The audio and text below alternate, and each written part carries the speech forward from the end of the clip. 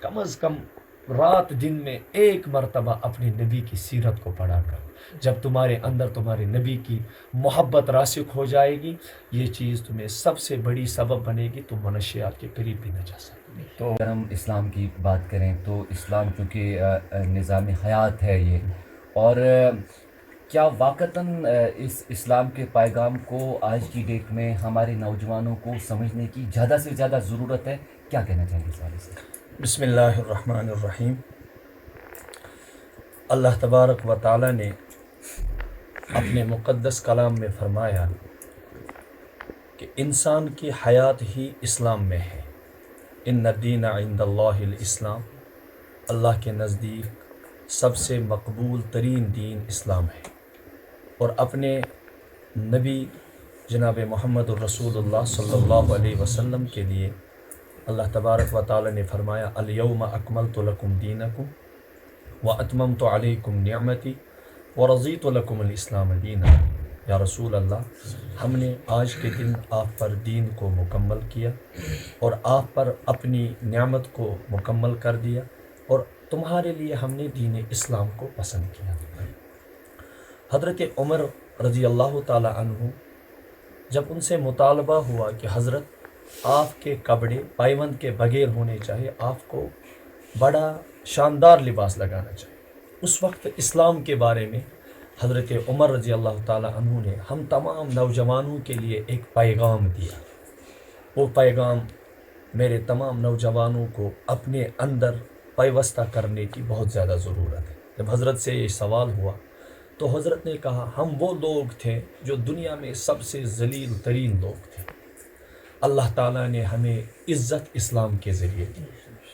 مہما نکن العزت بغیر ما اعزنا اللہ، جب بھی ہم اسلام کے بغیر کسی دین میں عزت ڈھونڈیں گے تو اللہ تعالیٰ ہمیں ذلیل کریں گے. لہذا نوجوانوں کے لیے حیات جو ہے وہ اسلام کو پالنے میں ہے، اسلام کی پیروی میں ہے. اگر انسان امن چاہتا ہے، سلامتی چاہتا ہے، عزت چاہتا ہے، اپنے آپ کی حفاظت چاہتا ہے، تو ضرور ہے وہ اسلام کا پیروکار ہے. تو مفتی صاحب، جس طرح سے آپ نے درست فرمایا کہ اسلام جو ہے نظام رحمت ہے، اور اسی سے جو ہے ہمارے نوجوان جو ہے صحیح ٹریک پہ اور امن پہ وہ رہ سکتے ہیں، تو ایسے میں ہم آج دیکھ رہے ہیں کہ ہمارے نوجوان جو اسلام کی اس نظام رحمت سے دور ہو رہے ہیں، اور جب دور ہو رہے ہیں تو یقیناً آج ہم دیکھ رہے ہیں اپنے نوجوانوں کو ڈرگس میں، مختلف منشیات میں، فحشیات میں. تو کیا وجوہات آپ کو لگ رہے ہیں، اور ان چیزوں سے بچنے کے لیے کیا کچھ کرنا چاہیے؟ جتنا آج تک میں نے غور کیا نوجوانوں کے ساتھ چل کر اور نوجوانوں کے حالات دیکھ کر، سب سے پہلی چیز میں نے محسوس کی کہ نوجوان اللہ سے بہت زیادہ دور ہو رہے ہیں. مجھے نہیں لگتا ہے جس نوجوان کے دل میں اللہ کا خوف ہو وہ کبھی نشہ کر سکتا ہے. جس نوجوان کے دل میں اپنے رہبر و رہنما اور اپنے محمد الرسول اللہ صلی اللہ علیہ وسلم کی محبت پیوستہ ہو، وہ کبھی نشہ نہیں کر سکتا. اس کو پتہ ہے مجھے جس زبان سے، جس منہ سے میں نشہ کر رہا ہوں، منشیات کا شکار ہوں، اس منہ سے مجھے اللہ کا نام لینا ہے. اس اللہ نے مجھے 24 گھنٹے اپنی نعمتوں سے سرفراز فرمایا ہے، لہذا مجھے ایک سیکنڈ بھی اس خدا کو فراموش نہیں کرنا چاہیے. جس نوجوان کے اندر یہ فکر پیوستہ ہو جائے کہ مجھے اللہ ہر وقت دیکھ رہا ہے، وہ کبھی نشہ نہیں کر سکتا.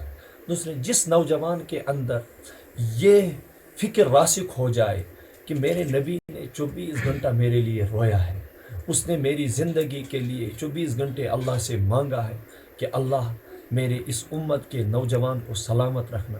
جس نوجوان کو اپنے نبی کی یہ بات رہے گی، وہ اپنے نبی کے ساتھ بے وفائی نہیں کر سکتا، ہو ہی نہیں سکتا. اس جیسا نوجوان کبھی نشے میں مبتلا ہو جائے. تو مفتی صاحب، آخر پر چونکہ اب جب کہ یہ صورتحال ہے اور ہمارے لیے حل بھی ہے، موجود ہے اسلام کی صورت میں، اسلامی تعلیمات کی صورت میں، اور ہم چونکہ مسلم معاشرے میں رہتے ہیں، تو آپ چونکہ خطابات کی انجام دے رہے ہیں، تو کیا اس پلیٹ فارم کے ذریعے سے کیا پیغام آپ رکھیں گے عمومی طور پر ان نوجوانوں کے لیے جو ان منشیات میں جو ہے کسی نہ کسی صورت میں ملوث ہوئے ہیں، اور خصوصی طور پر تمام امت مسلمہ کے نوجوانوں سے یا اپنے سماج کے نوجوانوں سے؟